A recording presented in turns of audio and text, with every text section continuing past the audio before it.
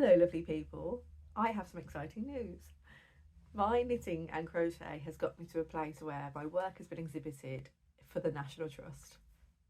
I can't believe it. It's such a surreal sentence.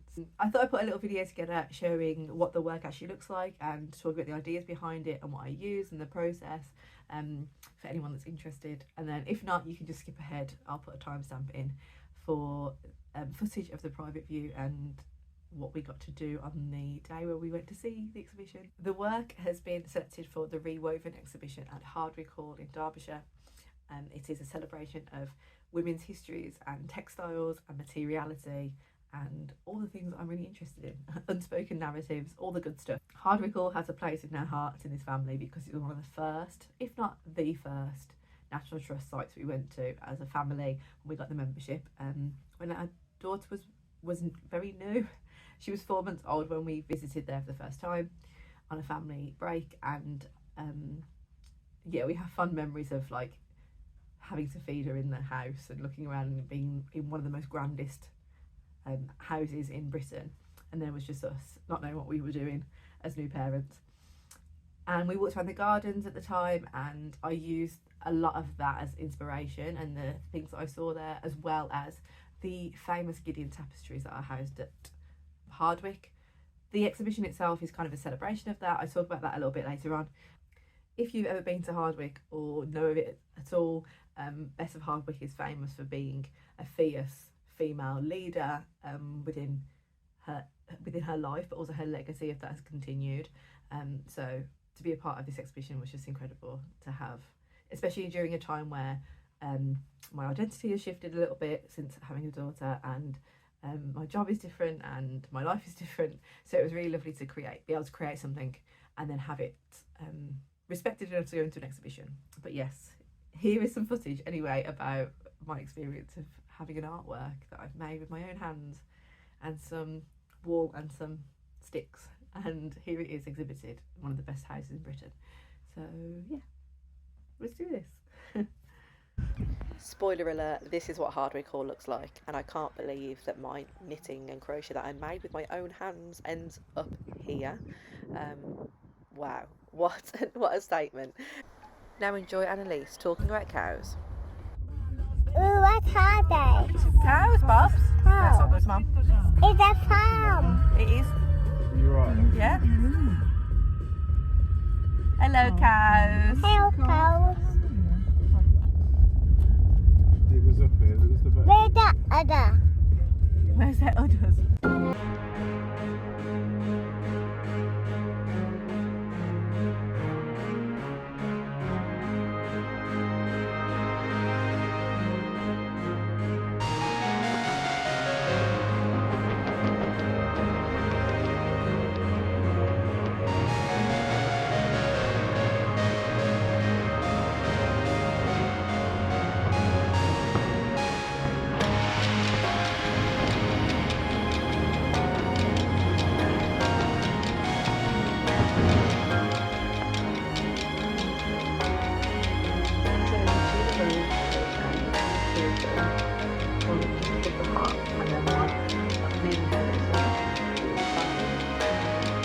Crocheted. There's one pattern from their coronation blanket that came out when King Charles was coronated, and I just found the free tutorial on YouTube on the pattern on their website, and I used let me remember, I think alpaca for the cream, and the gold in the centre is Sublime or Serdar Cashmere Merino silk. That's it, that I had left over in stash. The green is Cambrian wool, the white is alpaca UK or UK alpaca, and then the red is UK alpaca too. It's a 4-ply. Here it is. I held it double to have enough and to make it bulky enough. I actually love these. They're actually 3D as well, so there's leaves on the back too. And they're actually quite easy to make once you've watched the YouTube video, so I highly recommend if you're into tutorials to check that out. I also made some holly. There's a bunch here, and the red is just felt that I made almost like a Suffolk puff for each of them, and then stuff them with wool, and then the leaves themselves are made from Beautiful Knitters Chelsea, I think. Beautiful Knitters something, which is I think camel possibly, or merino. I'll have to check that out. There's some holly here on the breast, and there's also holly at the top up here as well. I felt like there was some more holly. Let me have a look. And my arms were really starting to hurt, so I'm now standing on a chair. The holly is an ode to Evelyn Cavendish, who was, I think, the last owner of the family, from the family that owned Hardwick before it went over to the National Trust, and her sewing bag is on display in Hardwick, and inside the sewing bag is like a work in progress that she never finished, which are some crocheted holly leaves and holly berries. So I had to put holly in there for that reason. And I also really wanted to look at kind of the meanings behind all of these flowers and plants, which I'll go into a little bit later as well. So here we have a little acorn. I was originally going to make more acorns, but actually I quite like that there's just the one that's there. It almost symbolises my my one daughter, my one child, and I combine that with some oak leaves. I think this is my favourite pattern to actually work with, was the oak leaves. If I can just try and move this acorn out of the way for a second. Let me just try and tuck it in and see if I can do that briefly. There we go.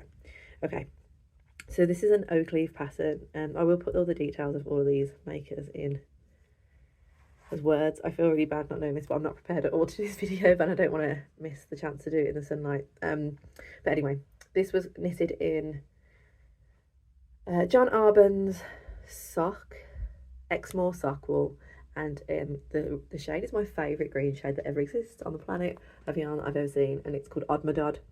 I also made a tiny little leaf here with that yarn, and a large leaf here that was actually took so long because it's all rib and it's really chunky.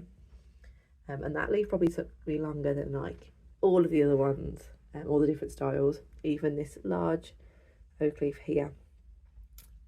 Yeah, and then this one up here is another oak leaf, which actually is kind of curling up, so I might have to try and do something about that before I hand this over. And this oak leaf, I didn't realise, but in my fatigue state of being a sleep deprived mum, I gave it 3 kind of spokes, I guess, as opposed to just 2 on this one.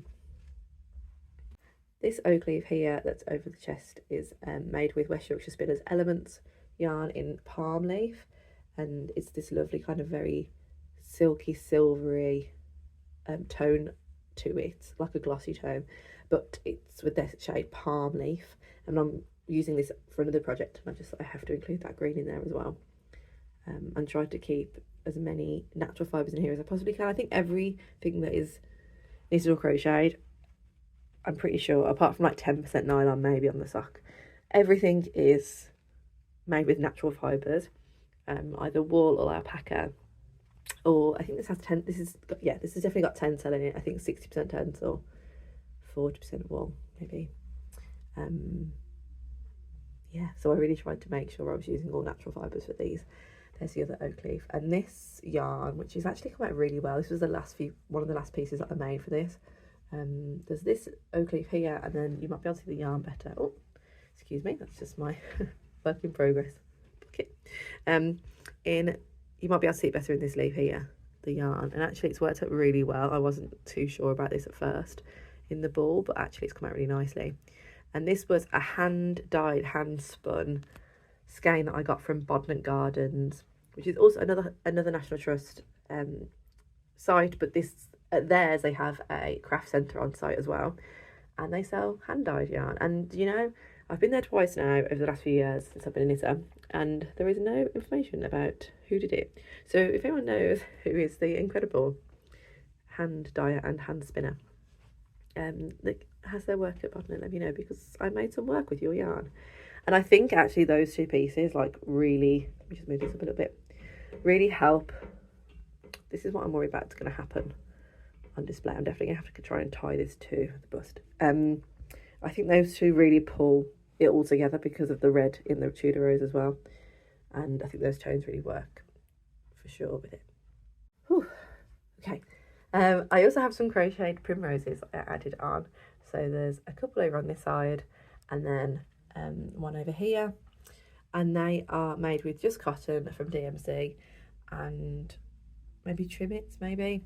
This one actually is a vintage cotton, a vintage crochet cotton that I got from a little scrap store in Ruthin in October half term, and I just think it works really nicely to have like 3 different coloured creams for the primroses. The primroses are part of my ode to the Gideon tapestries that are on display at Hardwick, and like the famous Gideon tapestries, and in them they have like obviously scenes. Oh, not making sense. Let me try that again. In the scenes from the Gideon tapestries, there is lots of foliage and lots of areas of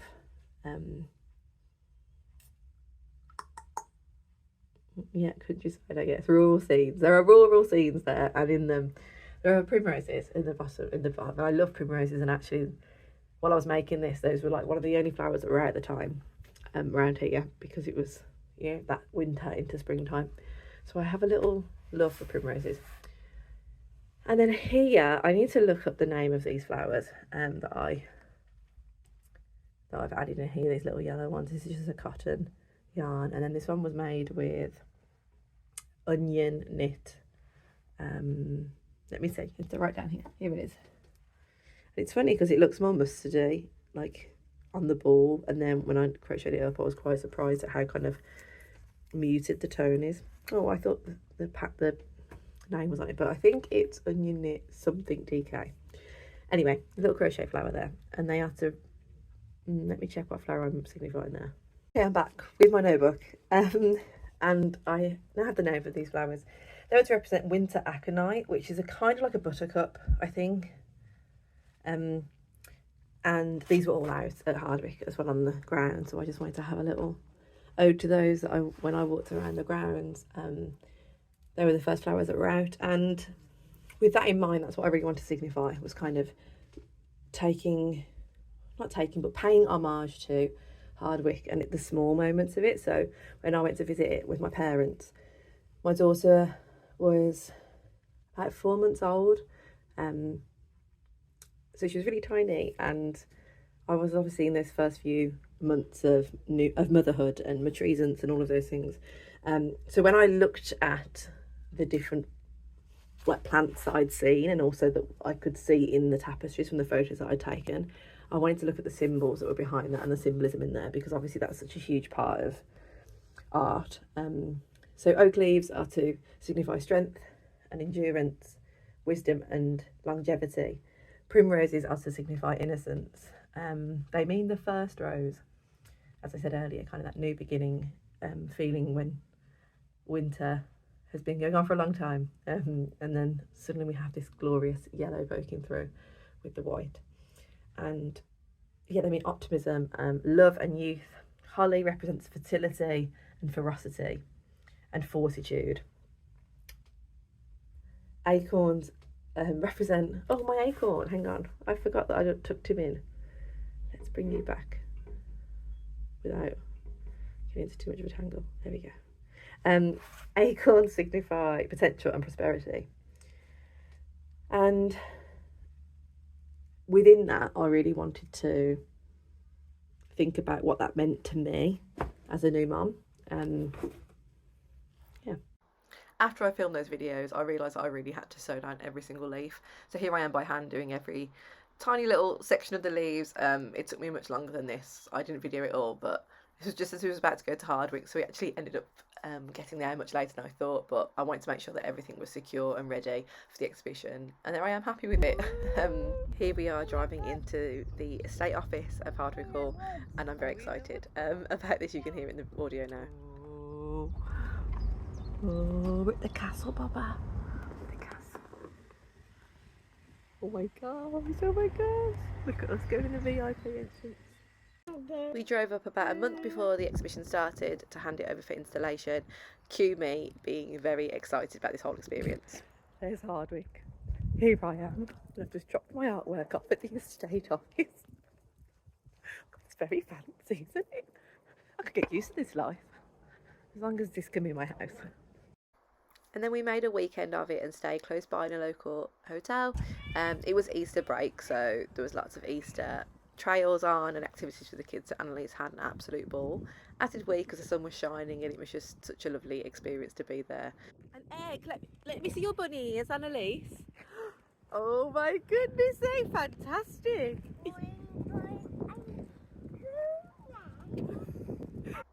And then here we are, ready for the private view in May. I returned with my family and we spent the whole day there again, got there early so we could enjoy the grounds, ready for the private view at 4. Here we are. The sun was shining, it was so lovely to be there with my brother and sister-in-law, my parents, and of course my husband and my daughter.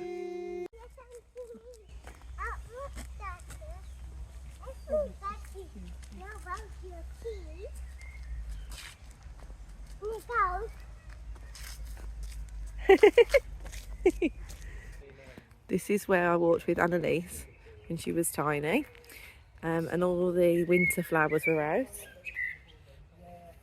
The bluebells are here still. Yeah, this is where I kind of took the inspiration, some buttercups there, for the flowers that I use in the piece. It's pretty cool. It's so beautiful here. Oh my gosh, what a lovely day.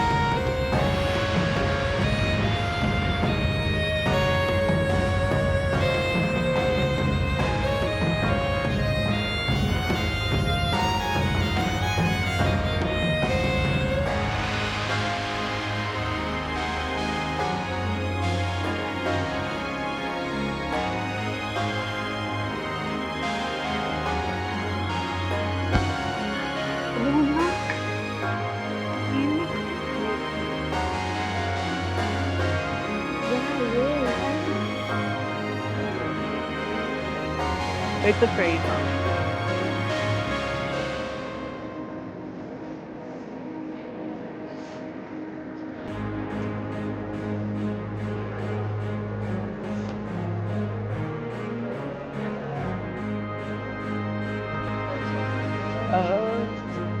All of this carpet is woven.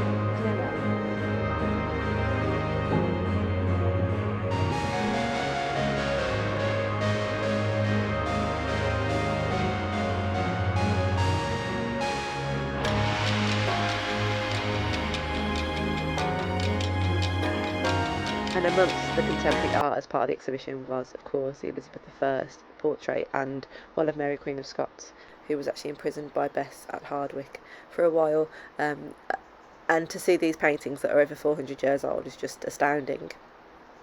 Here, Annalise and I are in the Gideon Tapestry room. It's the long gallery, and the one side that you can see here is covered in the Gideon tapestries. Of course, the lighting wasn't great, especially on my rubbish phone camera, but these have recently been restored by the team at the National Trust, and that's why the exhibition was happening, because it was a celebration of the tapestries being back on public view and celebrating textiles in general, which Hardwick and Bess has done since she had it long time ago. Annalise was very excited about this piece because it looked like her tiger, who's her favourite little buddy, and he has a tickle tail. That's what she's doing. She's pretending to tickle the leopard with the tail, and she was looking at her shadow here. She also is obsessed with her shadow because of Peter Pan. And a very quick little hug for Tiggy, of course. All of the artworks exhibited were just so beautiful. Every single one had a different character, a different spirit to it, but each of them really celebrated the power of textiles and the materiality of working with your hands, of female narratives, of female histories that are only told, unfortunately, through textiles in some cases when it comes to history. And just to have the contemporary work in amongst, you know, the authentic traditional pieces of Hardwick was just a real stunning curational choice. This is the little clips I got. I was so excited to find my piece that I couldn't really take in the other people's artworks at this point, so we are going to go back with other members of the family, so I can take it in properly. And then I finally found my piece after it was quite close to the end of the trail, and it was in this very quiet little room. Well, I say quiet, look how grand it is. My piece looks so tiny in amongst it. It's just, I was just saying, it's so cool that it's like in Hardwick, but like it's in a National Trust or such a large space. It's just, you can't believe it, can you, that like it was on my bedroom wall a minute ago, and now it's like on a plinth. My favourite bit, there's a hot water bottle in it. Because I always have a hot water bottle. When I'm knitting, I always have one. Oh my god.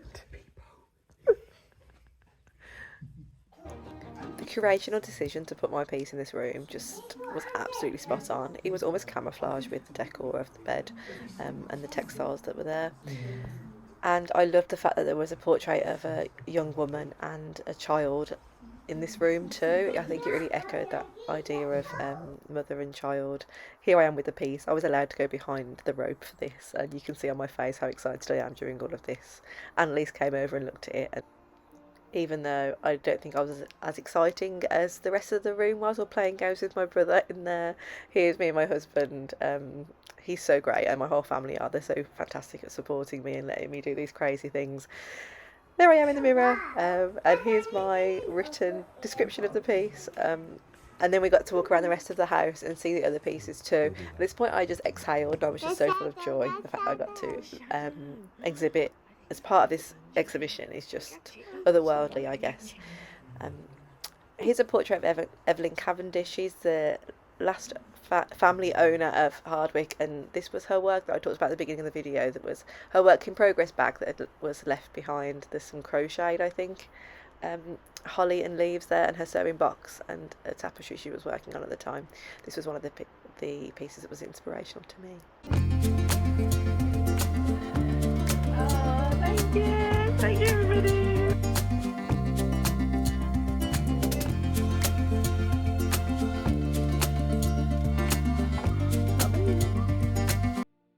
Then we headed home via the Hardwick Inn for a quick drink in the sunshine.